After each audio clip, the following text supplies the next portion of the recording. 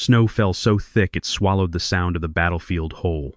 Bullets tore through frozen air, striking ice and stone like hammer blows on coffin lids. When the formation broke, they saw her standing behind a woman, alone, in the heart of the white storm. The enemy closed their circle, certain she had nowhere left to run. None of them knew that in that curtain of snow, a legend was drawing one deep breath. Her finger tightened on the trigger, slow and steady, and the entire battlefield was about to change hands. The wind came from the north like a living thing with teeth. Captain Marcus Green watched the tree line dissolve into white static, his breath crystallizing before it left his mouth. The mission had been simple on paper: extract the asset, return to base before nightfall. But the Carpathian winter had other plans. "Visibility down to 15 meters, Staff Sergeant David Kane called out, his voice barely cutting through the wind. "Radio's cutting in and out. We're running dark, sir." Green checked his watch. 4 hours since their last confirmed position. The supply convoy that was supposed to meet them at the ridge had never arrived. No air support, no medevac. Just 12 soldiers and a shrinking perimeter in mountains that had swallowed entire armies before. The snow was knee-deep now, deeper in the drifts. Each step burned calories they couldn't spare. Specialist Ryan Torres fell twice in the last 100 meters, his face the color of old newspaper. Hypothermia was setting in across the unit. "How much further to the extraction point?" Lieutenant Sarah Morrison asked, her AR-15 held tight against her chest. 2 clicks, Green said. "Maybe 3 in this weather." Behind them, almost invisible in the swirling white, walked a figure they'd barely noticed.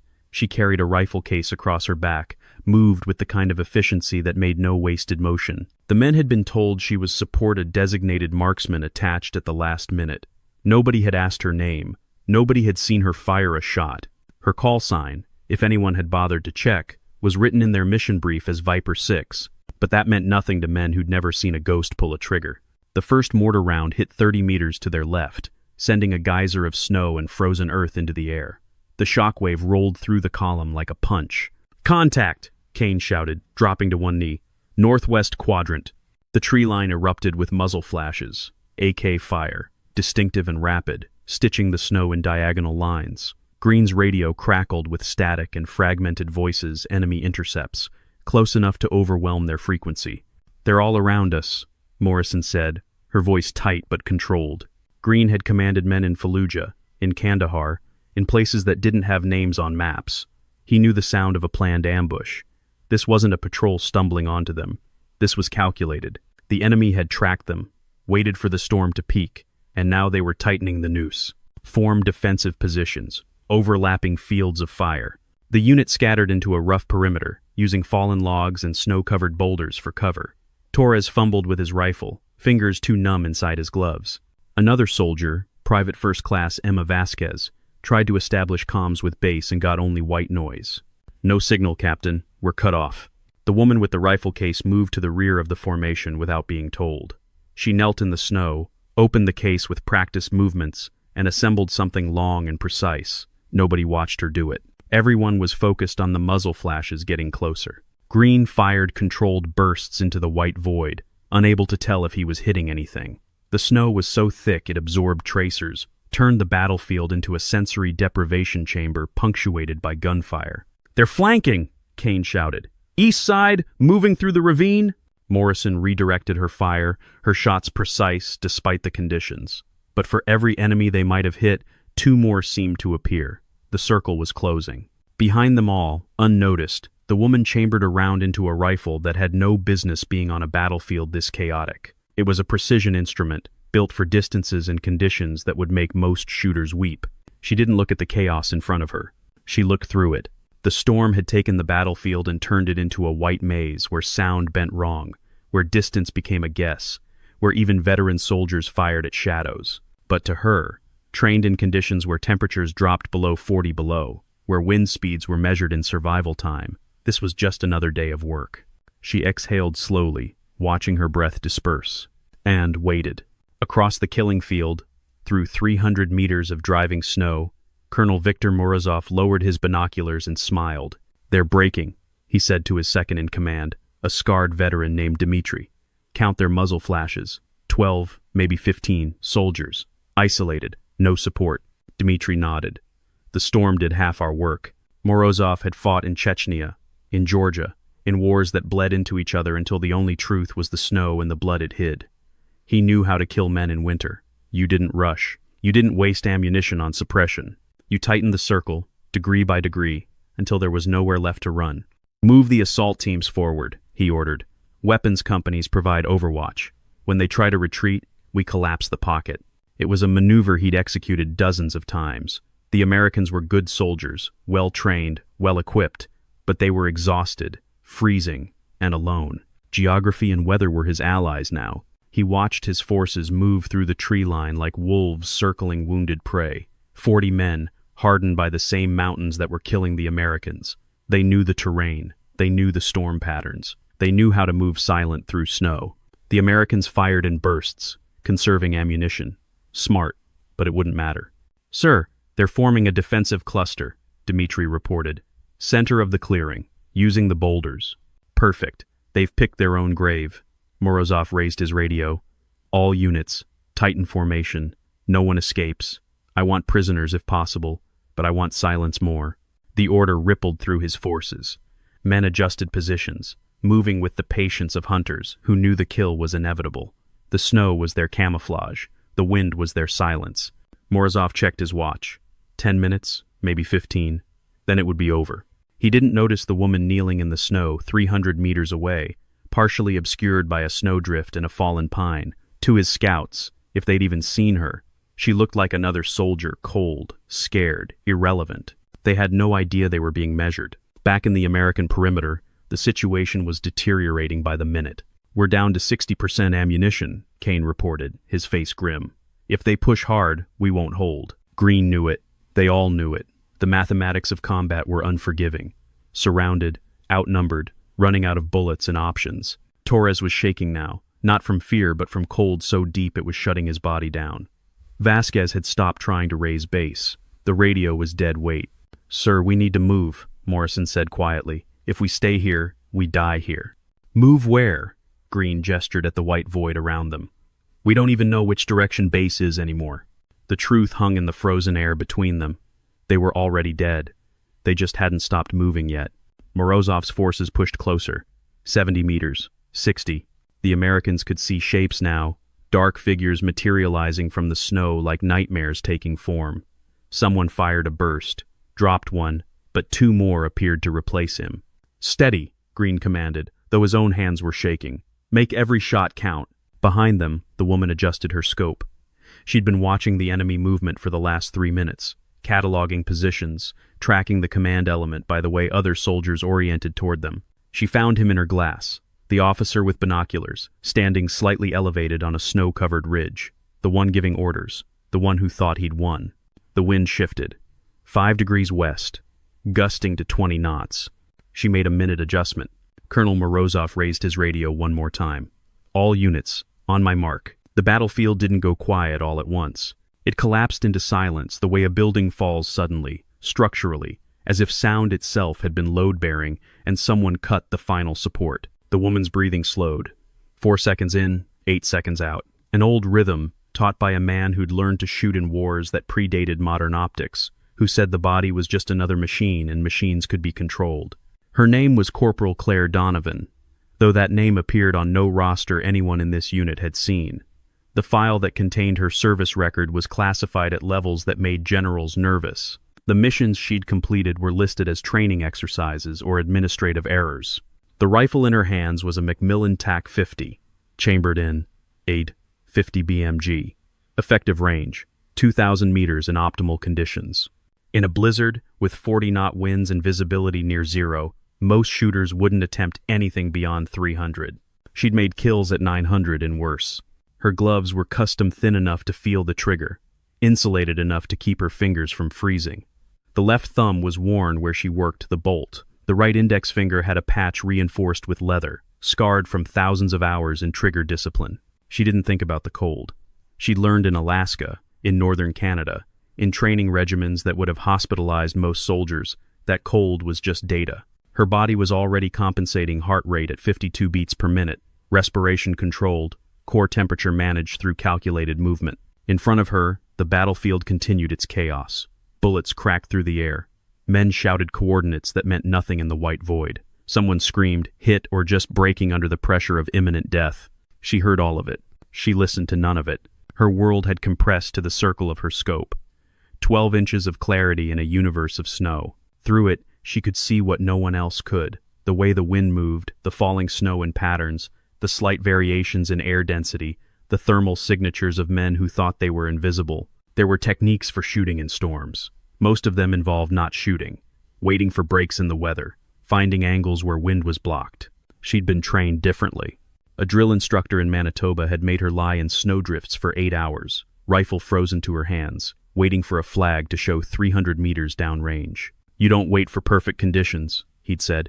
"You become the perfect condition." She found her breathing rhythm again. The rifle became an extension of her skeleton. The scope's reticle floated on the target, rising and falling with her heartbeat, a motion so familiar it was autonomic. Colonel Morozov was giving orders. She could see his mouth moving, see the radio in his hand. He was perhaps 45, graying at the temples, the kind of officer who'd seen enough combat to know when he'd won. In 7 seconds, he'd be wrong. Behind Morozov, his soldiers were moving into final assault positions.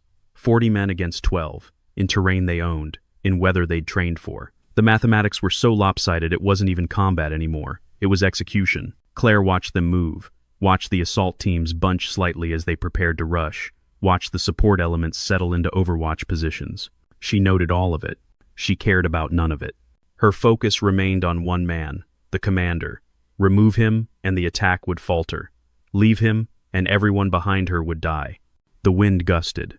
22 knots from the northwest. Temperature, -18 Celsius. Barometric pressure dropping, another front moving in, which meant the snow would get worse before it got better. She adjusted for all of it. In her mind, she could see the bullet's path before it happened, the way it would drift in the crosswind, the way gravity would pull it down over distance, the way the cold would affect the powder burn, the barrel harmonics, the ballistic coefficient of the round itself. There was a phrase her instructors used: competence under catastrophe, the ability to perform complex tasks when everything was falling apart. Most people couldn't think straight when they were cold and scared. She'd been trained to think clearest precisely then. Her trigger finger rested on the guard, not the trigger. Not yet. Morozov lowered his radio, raised his hand to signal the final advance. Claire's finger moved to the trigger. The weight was 3.5 pounds of pull. She knew it by touch, had fired this specific rifle enough times to know its personality, the slight creep before the break, the way it preferred to be squeezed rather than pulled. Her instructors had made her practice trigger control in the dark, with mittens on, with her hands numb from ice water. If you need to see the trigger to pull it, they'd said, you're already dead. She exhaled slowly, watched the reticle settle. Behind her, Captain Green was shouting something. She didn't hear the words, didn't need to. In front of her, through 300 meters of driving snow, Colonel Viktor Morozov opened his mouth to give the order that would kill 12 American soldiers. From Morozov's position, the American line looked like it was already breaking. He could see them huddled behind inadequate cover, firing sporadically, burning through ammunition they couldn't replace. One soldier had stopped shooting entirely, hypothermia or shock. It didn't matter which. Another was being dragged behind a boulder by his squad mates. They're finished, Dmitri said, satisfaction in his voice. Should we call for their surrender? Morozov considered it. Prisoners would mean intelligence, tactical advantage, propaganda value. But prisoners also meant complications. In weather this severe, evacuation would be difficult. And Americans had a habit of being problematic even when captured. No, he decided. Cleaner this way. Blame the storm. No witnesses. It was the kind of decision that came easily after 20 years of mountain warfare. Sentiment was a liability. The mountain cared nothing for mercy, so neither did he. He raised his binoculars again, scanning the American position. 12 soldiers, maybe 13. He'd lost count in the snow. It didn't matter. His force was more than sufficient. Then he saw her. Just a glimpse. Through a gap in the storm, a figure kneeling behind the American line, partially concealed by a snowdrift. A rifle across her knees. Not firing, just waiting. He frowned. Dmitri, far left of their position. Female soldier. What's her status? Dmitri looked through his own optics. She hasn't fired once, sir. Probably a support role, maybe comms or medical. Morozov nodded. It made sense. American units often included women in non-combat positions. She was probably terrified, frozen, hoping that if she stayed still enough, she'd be overlooked. "When the assault begins," he said, "try to take her alive. Intelligence will want to question her." It was the last strategic thought Viktor Morozov would ever have. He turned back to his assault teams, keying his radio. "All units, stand by. Advance on my mark, in 3, 2. In his peripheral vision, he thought he saw the woman move. Just a small shift, the kind of motion anyone might make when they've been kneeling too long in the cold. He dismissed it. The Americans in front were the threat. They were armed, desperate, capable of inflicting casualties even in defeat. That's where his attention needed to be. The woman was irrelevant. Among his 40 soldiers, several had noticed her too. Corporal Alexei Volkov, a veteran of 3 winter campaigns, had marked her position through his scope 10 minutes ago. He'd watched her kneel in the snow, watched her assemble what looked like a precision rifle. "Should we suppress her position?" he asked his squad leader. "Why? She hasn't fired. Probably doesn't even know how to use that weapon properly. Focus on the real threats." Volkov had hesitated. Something about the way she moved bothered him. It was too controlled, too efficient, like she was conserving energy for something specific. But his squad leader was right, she hadn't fired. And American women in combat roles were a relatively new thing, politically motivated, probably not actually dangerous. He shifted his aim back to the male soldiers, the ones returning fire. Across the battlefield, 3 other enemy soldiers made similar assessments. They saw Claire. They dismissed her. Women weren't snipers. Women didn't kill at distance in conditions like this. Their sexism would cost them everything. Morozov checked his watch. The storm was intensifying. If they delayed much longer, his own men would start suffering exposure. Time to end this. "All units," he said into his radio, voice hard and final. "Execute assault, now." His soldiers began to move. 40 men rising from cover, weapons up, advancing through the snow toward an enemy that had nowhere left to run. Morozov watched through his binoculars, professional satisfaction warming him more than any fire could. This was what he was good at. This was what the mountain had taught him. He never saw Claire Donovan's finger complete its slow, steady squeeze. The memory came to her unbidden, sharp and clear despite the years. She was 19. The mountains were Canadian, not Carpathian, but the cold was the same, the kind that turned exposed skin black, that made breathing painful, that killed the unprepared in hours. "You'll never make it," the instructor had said. His name was Gunnery Sergeant Raymond Walsh, a man who'd fought in wars that had no names, and trained snipers who became myths. 90% of the men I train wash out. For a woman, the odds are worse. Claire hadn't argued. She'd just shouldered her rifle and walked into the snow. The training program was called SODIC Special Operations Target Interdiction Course. It didn't officially accept women. Claire's presence there was the result of a congressional mandate, a political football that had landed in Walsh's lap. He decided to break her in the first week. They'd taken her rifle, given her a map with no markings, and dropped her 40 kilometers from base. "Follow the valley. Make checkpoint by dawn. If you're late, you fail." What they hadn't told her was that the valley was a kill zone, a natural funnel where wind speeds hit 70 knots, where avalanches were common, where even experienced Arctic soldiers didn't go. She'd made it in 11 hours, frostbite on 3 fingers, hypothermia setting in, but she'd made it. Walsh had been waiting at the checkpoint, coffee in hand, looking at her like she was a ghost. "How?" he'd asked simply. "You become what the environment needs," she'd said, teeth chattering. "Fear is just data. Cold is just data. I processed the data and moved." He'd stared at her for a long moment. Then he'd handed her the coffee and said, "Get warm. Tomorrow, I teach you to shoot."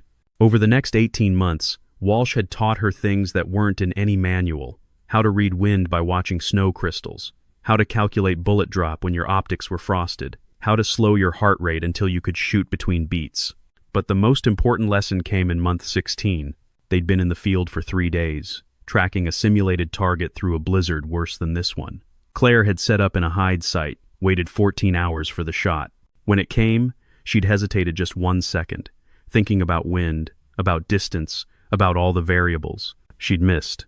Walsh had crawled into her hide, snow caked in his beard, eyes hard.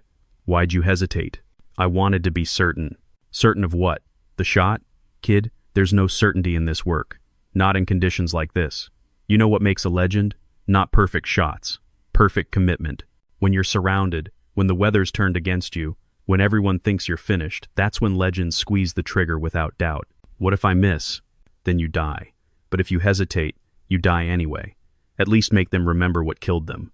3 weeks later, Claire had made a shot that Walsh said was impossible, 1,100 meters in a crosswind, through heavy snow, at a target she couldn't fully see. She'd trusted the data, trusted her training, trusted that when everything else failed, commitment was enough. The round had hit center mass. Walsh had looked at her differently after that, stopped calling her kid, started calling her corporal, and when she'd asked him if she'd ever be as good as the legends, he'd said something she'd never forgotten. You don't become a legend by being good. You become a legend by being willing to pull the trigger when everyone else has already given up. Now, kneeling in the Carpathian snow, surrounded by 40 enemies who thought she was irrelevant, Claire felt that memory crystallize into perfect clarity. She'd never missed when surrounded. Not in training, not in Syria, when her spotter had been killed and she'd been alone against 12 insurgents. Not in classified operations that would never appear in her file. When the circle closed, when retreat wasn't an option, when death was the only logical outcome, that's when she shot best. Because legends weren't made in optimal conditions. They were forged when everything had gone to hell and someone still refused to break. Her finger rested on the trigger, steady as stone. Colonel Morozov's assault teams were rising from cover. Claire's heartbeat slowed. 52 beats per minute. 50. 48. The scope's reticle floated on Morozov's chest, rising and falling in tiny increments. Behind her, Captain Green was screaming orders. Men were firing, dying, fighting a battle they couldn't win. None of it touched her. She was in the space Walsh had taught her to find the silence inside the chaos, where time moved differently, where complex calculations happened in the space between heartbeats. The wind gusted, the snow swirled. She adjusted for both without conscious thought. And then she did what legends do when everyone else has surrendered to fate. She refused to accept the inevitable. The bullet left the barrel at 854 meters per second. At that speed, reality became negotiable. Physics bent. Distance compressed into fractions of seconds that felt like hours. The Macmillan TAC-50 kicked against Claire's shoulder with a force that would have knocked an untrained shooter sideways. She absorbed it through her core, body positioned at the precise angle to channel the recoil through bone structure rather than muscle. The muzzle brake vented gas in controlled jets, reducing the flash to almost nothing. In the snow, it was invisible. The sound was another matter. 50 BMG cartridge doesn't crack like smaller calibers. It doesn't pop or snap. It thunders. It announces itself like artillery, a concussive wave that rolls across the battlefield and makes men flinch even when they can't see the source. But by the time anyone heard it, the round had already traveled 300 meters.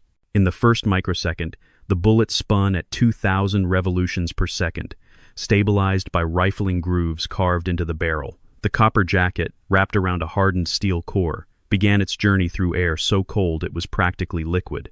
At 50 meters, the bullet encountered its first serious challenge, the crosswind. 22 knots from the northwest meant lateral force, pounds of pressure trying to push the round off course. Claire had calculated this, had adjusted her aim 3 degrees west to compensate. The bullet drifted. 2 inches, 4 inches, 6.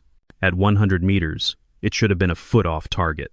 But Claire hadn't just calculated for current wind. She'd calculated for the wind between her and the target, the way it swirled around snowdrifts, accelerated through gaps in terrain, died in pockets of dead air. The bullet drifted back on course. At 150 meters, gravity took over as the primary force.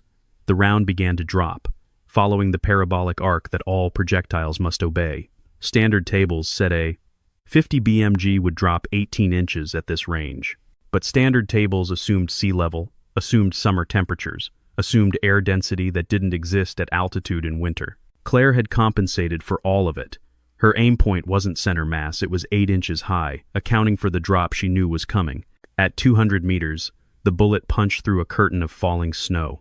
Each snowflake it hit created microscopic turbulence, tiny disruptions that could, in aggregate, deflect the round. This was why most shooters wouldn't attempt this shot. Too many variables, too much chaos. But Claire had trained in conditions where snow was a constant. She'd learned to think of it not as obstacles, but as indicators. The way snowflakes moved showed her the wind, showed her the air currents, gave her data that clean air couldn't provide. The bullet's rotation kept it stable. The copper jacket held. The trajectory remained true. At 250 meters, Colonel Viktor Morozov was still talking into his radio. still giving orders to an assault that would never happen. At 275 meters, his assault teams were 3 steps into their advance, weapons raised, victory already tasted. At 290 meters, Corporal Alexei Volkov glanced toward the woman's position, saw nothing alarming, looked back to his sector. At 298 meters, the bullet completed its arc, reached the apogee of its flight, and began the final descent toward the target. At 300 meters, traveling at 791 meters per second, slower than launch due to air resistance but still faster than sound, the round struck Colonel Viktor Morozov in the center of his chest. The impact was catastrophic. A 50 BMG round carries 13,000 foot-pounds of energy. When it hits a human body, it doesn't just penetrate, it transfers kinetic energy in ways that defy medical description. The bullet punched through Morozov's tactical vest as if it weren't there.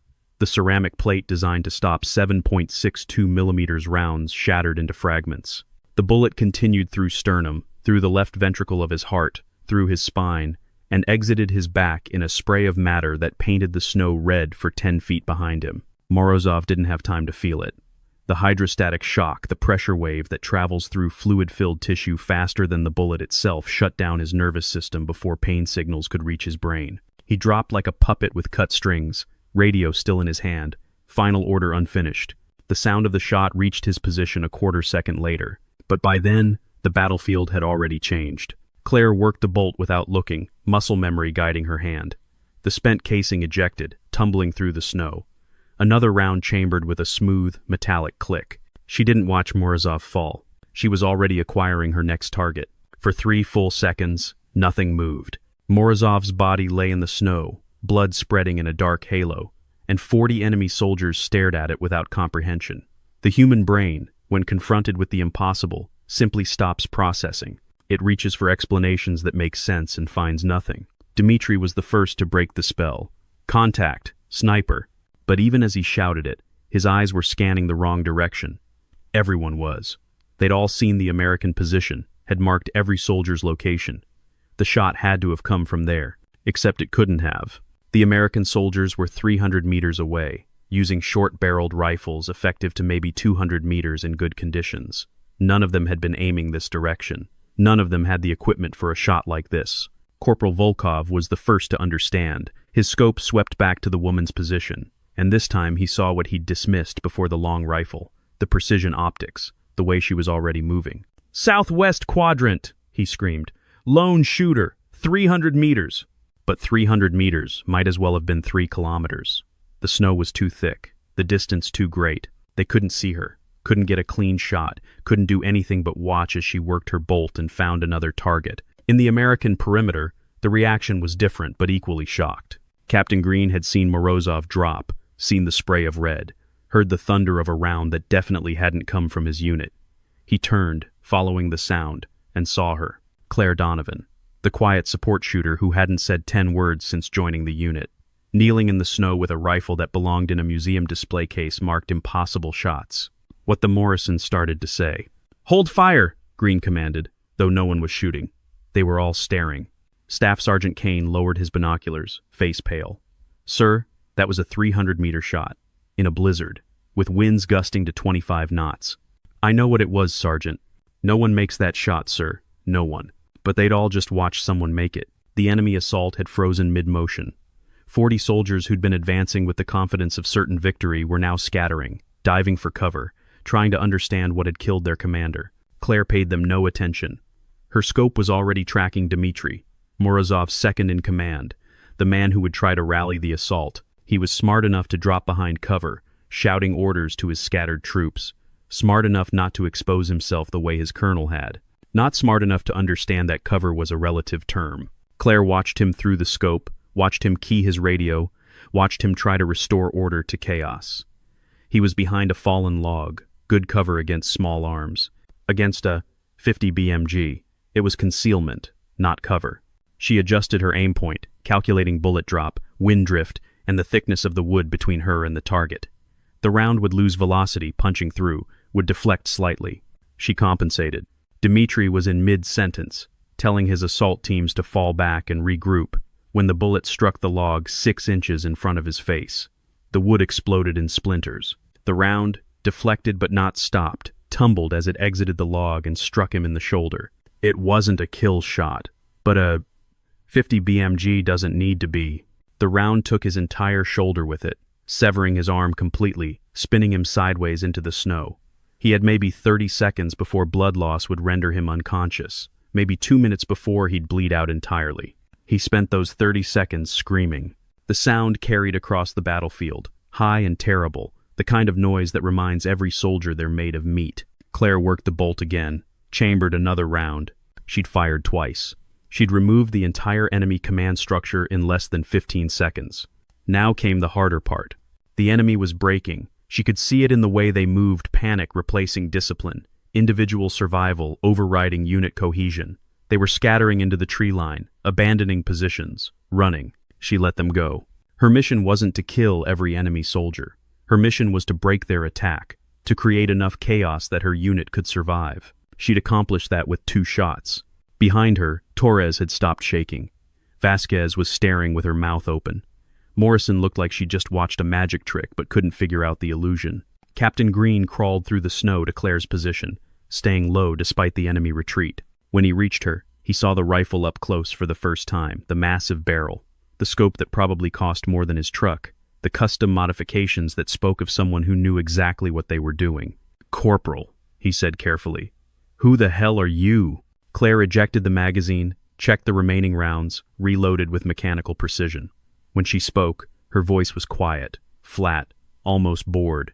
"Viper 6, designated marksman, sir." "Designated marksman," Green repeated slowly. "Is that what they're calling it now?" She didn't answer, didn't need to. Across the battlefield, the enemy had vanished into the trees. A few wounded were being dragged to safety. The rest had simply disappeared, leaving their dead and their courage in the snow. Green looked at the scope, at the rifle, at the woman who'd just done something he would have bet his pension was impossible. "How many shots like that have you made, Corporal?" Claire finished reloading, settled the rifle back against her shoulder, scanned the tree line for targets that were no longer there. "Sir, if I told you that," she said quietly, "I'd have to shoot you too." For a moment, Green couldn't tell if she was joking. Then he decided he didn't want to know. The radio crackled to life with a voice none of them recognized. Any unit, this is Overwatch 7. We have eyes on your position. Confirm identity." Green grabbed his radio, hands shaking from cold and adrenaline. "Overwatch 7. This is Kodiak Actual. We are 12 souls. Pinned position. Heavy enemy contact. Request immediate extraction. Kodiak Actual. Confirm you have Viper 6 with you." Green looked at Claire, who was breaking down her rifle with the same mechanical efficiency she'd shown assembling it. "Affirmative. Viper 6 is present." There was a pause. Then, "Thank God. We've been trying to reach you for 6 hours. Weather knocked out primary comms. Is she operational?" "Operational?" Green almost laughed. "She just dropped 2 targets at 300 meters in a whiteout. I'd say she's operational." Another pause, longer this time.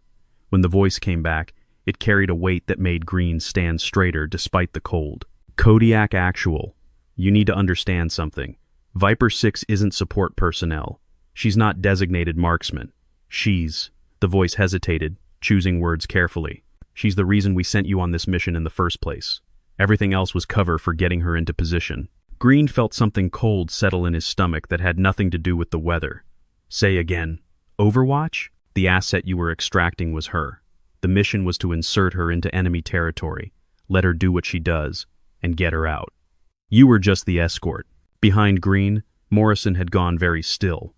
Kane had stopped trying to warm his hands. Even Torres, barely conscious from hypothermia, seemed to be listening. "She's been lying to us?" Morrison asked, voice tight. "She's been protecting you," the radio voice corrected. "If the enemy had known who she was, they would have sent 200 soldiers instead of 40. They would have called in artillery. They would have burned that entire mountainside to kill her." "Who is she?" Green asked quietly. The pause this time felt eternal. "Her real call sign is Viper. Just Viper. She's been operating in classified theaters for 8 years. Confirmed kills number. Well, that's classified too. But the nickname her targets gave her translates to the ghost who doesn't miss." Specialist Vasquez made a small sound in her throat. 3 years ago, the voice continued, she was operating alone in Syria. Insurgent force had her surrounded in a bell tower. 52 hostiles, closing from all sides. They thought they had her trapped. She killed 19 of them in 4 minutes, then walked out the front door while they were still trying to figure out where she was shooting from. Claire finished securing her rifle in its case. If she heard any of this, she gave no indication. 2 years ago, classified operation in the Caucasus. Enemy had thermal imaging, night vision, air support. She was on foot. They hunted her for 6 days. When it was over, 12 enemy soldiers were dead, including 2 commanding officers. She extracted with a sprained ankle and minor frostbite. Jesus Christ, Kane whispered. 6 months ago, she requested this mission. Said the terrain reminded her of training grounds. Said she wanted to see if she could still work in winter conditions. The voice took on an edge of something like admiration. Command told her it was too risky. She went anyway. Inserted herself with your unit under cover. Figured if she could protect a squad and complete her objective, it proved she hadn't lost her edge. Green looked at Claire, really looked at her. She was maybe 30 years old, average height, the kind of person you'd pass on the street without a second glance. Nothing about her screamed legend. Nothing about her suggested she'd killed more enemy combatants than some entire platoons. Why didn't she tell us? Morrison asked. We could have used her differently, protected her better. She doesn't need protecting, Lieutenant, and she didn't tell you because that's not how she works. Viper doesn't operate in the spotlight. She doesn't lead. She just appears when you need her most, takes the impossible shot, and disappears before you can thank her. Torres, his lips blue from cold, managed to speak. Is she even human? The radio voice actually laughed, a sound so unexpected in the circumstances that it startled all of them. She'd probably tell you she's just a soldier doing her job. But I've seen her file. I've seen what she can do. Human? Maybe. But she's the kind of human the rest of us are grateful exists when the monsters come calling. Claire stood, rifle case secure, and turned to face the unit for the first time. Her expression was neutral, almost bored, as if the last 10 minutes had been routine. Captain, she said quietly, we should move. The enemy will regroup. We have maybe 20 minutes before they come back with reinforcements. You heard her, Green said, shaking off his shock. Grab wounded. Prepare to move. Double time. As the unit mobilized, Private First Class Emma Vasquez approached Claire hesitantly. Viper. I just wanted to say, don't, Claire interrupted softly. I'm not a hero. I'm just a soldier who's good at one specific thing. You all kept fighting when you thought you were finished. That's the real courage. But you saved our lives. Claire looked at her with eyes that had seen things Vasquez couldn't imagine. This time, next time, you might save mine. That's how it works. She walked toward the perimeter, checking sight lines, already thinking about the route out. Behind her, she heard Kane whisper to Morrison, Did you see that second shot? Through the log? That's not just skill. That's something else. Viper isn't a call sign, Morrison whispered back. It's a warning label. Claire allowed herself the ghost of a smile. They were starting to understand. The extraction team arrived 38 minutes later, dropping through a gap in the storm like angels in flight suits. 2 Black Hawks, bristling with armament, circling the landing zone while door gunners swept the tree line. The pilots were pushing their operational limits, visibility was still near zero, winds were gusting past safe parameters. But when the call came through that Viper was in the field and needed extraction, every pilot volunteered. Captain Green's unit loaded the wounded first. Torres, barely conscious, was strapped into a stretcher and lifted aboard. Vasquez, suffering early-stage hypothermia, was wrapped in thermal blankets. 2 others with minor injuries from the firefight. The rest formed a defensive perimeter while the helicopters settled. Claire was last to approach the birds. She'd moved to the rear of the formation again, rifle assembled, scope scanning the tree line. The enemy hadn't returned, but that didn't mean they weren't coming. A force that size doesn't lose its commander and just give up. They'd be regrouping, calling in support, planning revenge. Viper, let's go, the crew chief shouted over the rotor wash. We're sitting ducks here. She ignored him. Her scope had caught movement 400 meters out, partially concealed in the trees. Enemy scout, probably advance element for a larger force. She could take the shot, drop him, send the message that even in retreat, she was still the predator here. But she'd made her point. An unnecessary killing was just ego. She lowered the rifle and moved toward the helicopter. The crew chief, a warrant officer named Jackson who'd flown support for her before, grinned as she climbed aboard. Heard you made a hell of a shot, Viper. 2 shots, she corrected, securing her rifle. Even better. Command's already talking about another commendation. You'll have more medals than uniform to pin them on. Claire didn't respond. She'd been offered commendations before, had declined most of them. Medals meant ceremony, meant attention, meant your face on official documents that could be seen by people who might decide you'd be useful as a corpse. She preferred anonymity. The Blackhawks lifted through the snow, climbing hard, banking away from the mountain. Through the open door, she could see the battlefield shrinking below the blood-stained snow, the scattered positions, the tree line where 40 men had learned that numbers weren't everything. Across from her, Captain Green was strapping in, still watching her with an expression caught between respect and something like fear. "Viper," he said carefully, "can I ask you something?" She nodded. "That shot you made. 300 meters, through a blizzard. He was giving orders. Moving. How did you—" "I didn't see him," Claire interrupted. "Not really. The snow was too thick. Then I saw where he would be. Calculated his position based on radio signals, troop movements, tactical logic. Then I fired at empty space and trusted physics." Green stared at her. "You shot a man you couldn't see?" "I shot where the data said a man should be. The fact that he was there just meant my math was correct." Morrison, listening from the adjacent seat, shook her head slowly. "That's not shooting. That's prescience." "It's pattern recognition," Claire corrected. "Commanders stand in specific places. They move in predictable ways. Once you understand the pattern, the shot becomes simple." "Nothing about that shot was simple," Kane muttered. Claire didn't argue. There was no point. People who'd never made a shot like that couldn't understand the mathematics of it, the way training compressed impossibility into routine.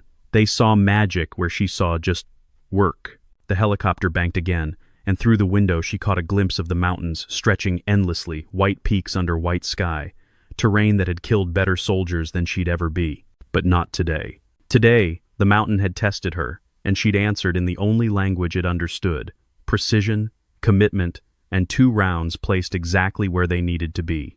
Jackson's voice came through her headset. "Viper, Command wants a debrief as soon as we land. Full after-action report." She nodded, though she knew how that would go. She'd write the report, explain the shots, include diagrams showing angles, wind calculations, ballistic data, and somewhere in an office she'd never see, it would be classified and filed and used to train the next generation of shooters who'd never quite reach her level because they'd never had her particular combination of talent, training, and absolute refusal to accept impossible as an answer. "Think they'll send you out again?" Morrison asked. "After this?" Claire looked at the lieutenant, saw genuine curiosity there. "They always send me out again. Doesn't it get to you? Being alone like that, behind enemy lines, taking shots no one else could make?" "No," Claire said simply. "Alone is when I'm most effective." It wasn't bragging. It was just fact.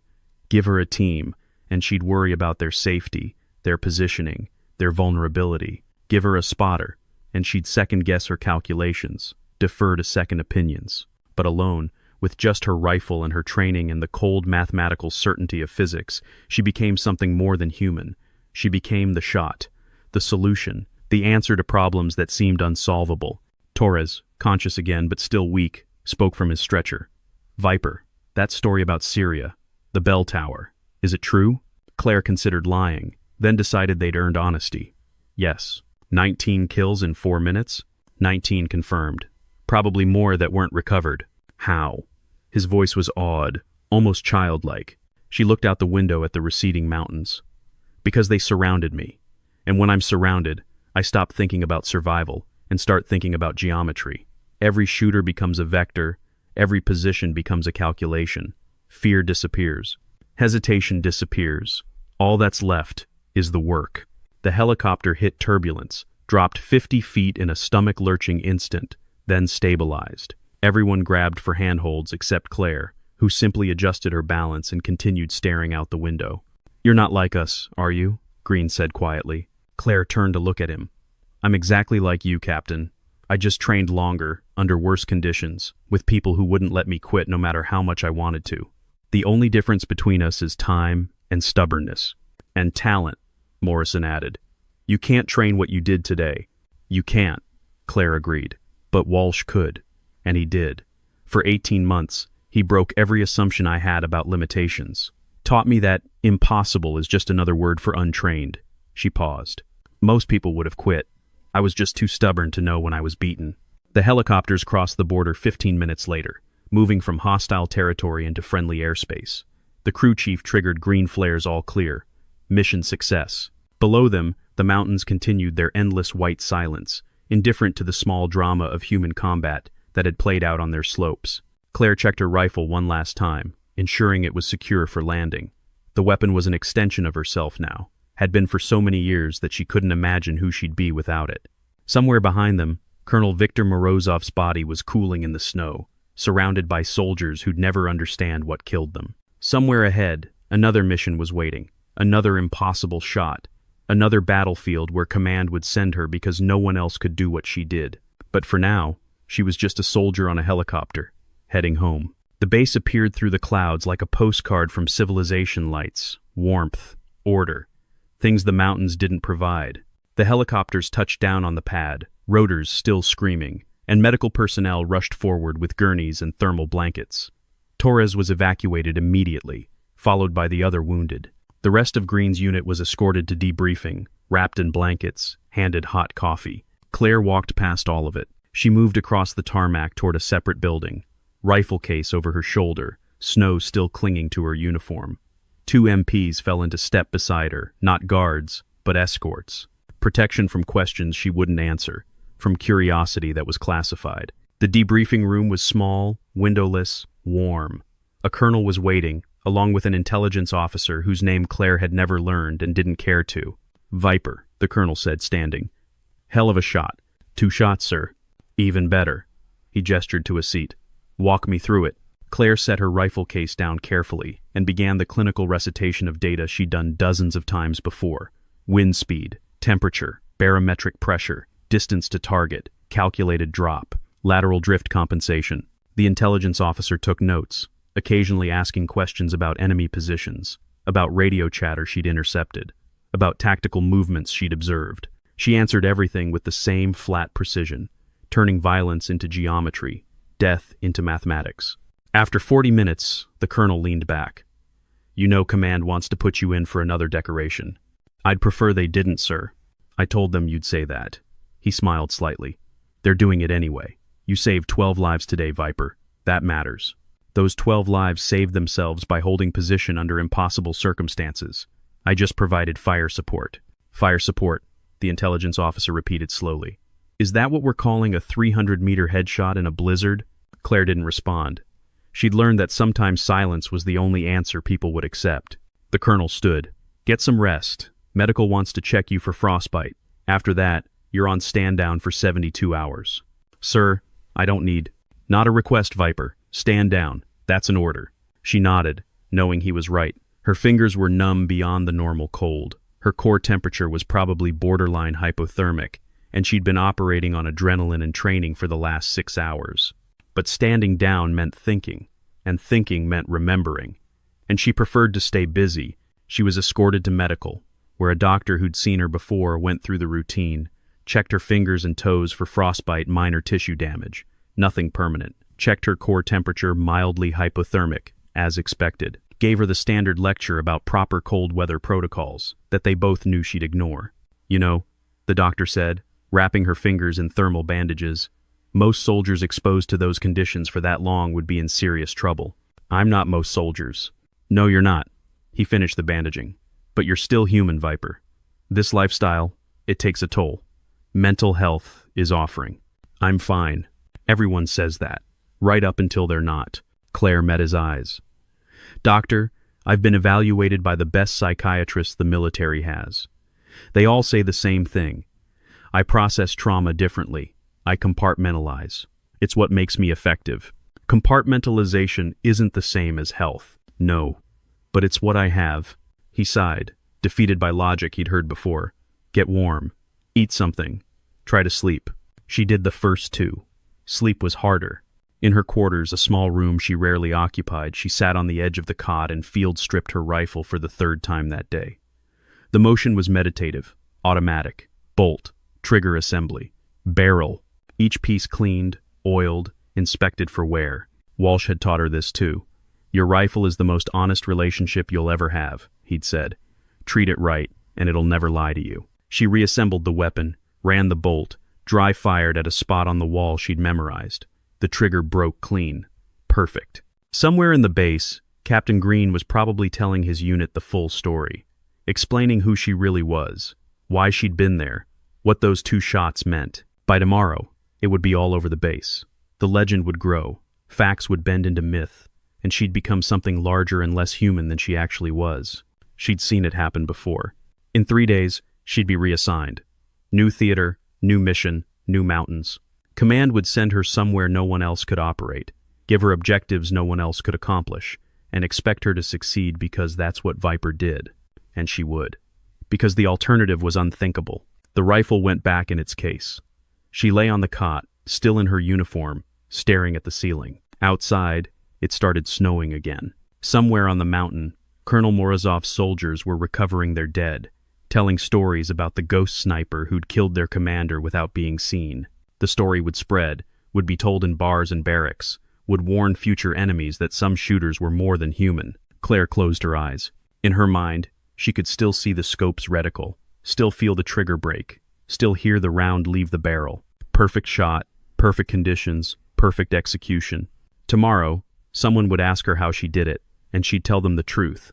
Physics, training, refusal to quit. They'd nod like they understood. They wouldn't. Because legends aren't made by people who can explain themselves. They're made by people who do impossible things, and then walk away before anyone can ask questions. The snow fell heavier now, erasing her footprints across the tarmac, covering the blood on distant mountains, turning the entire world white and silent, just the way she preferred it.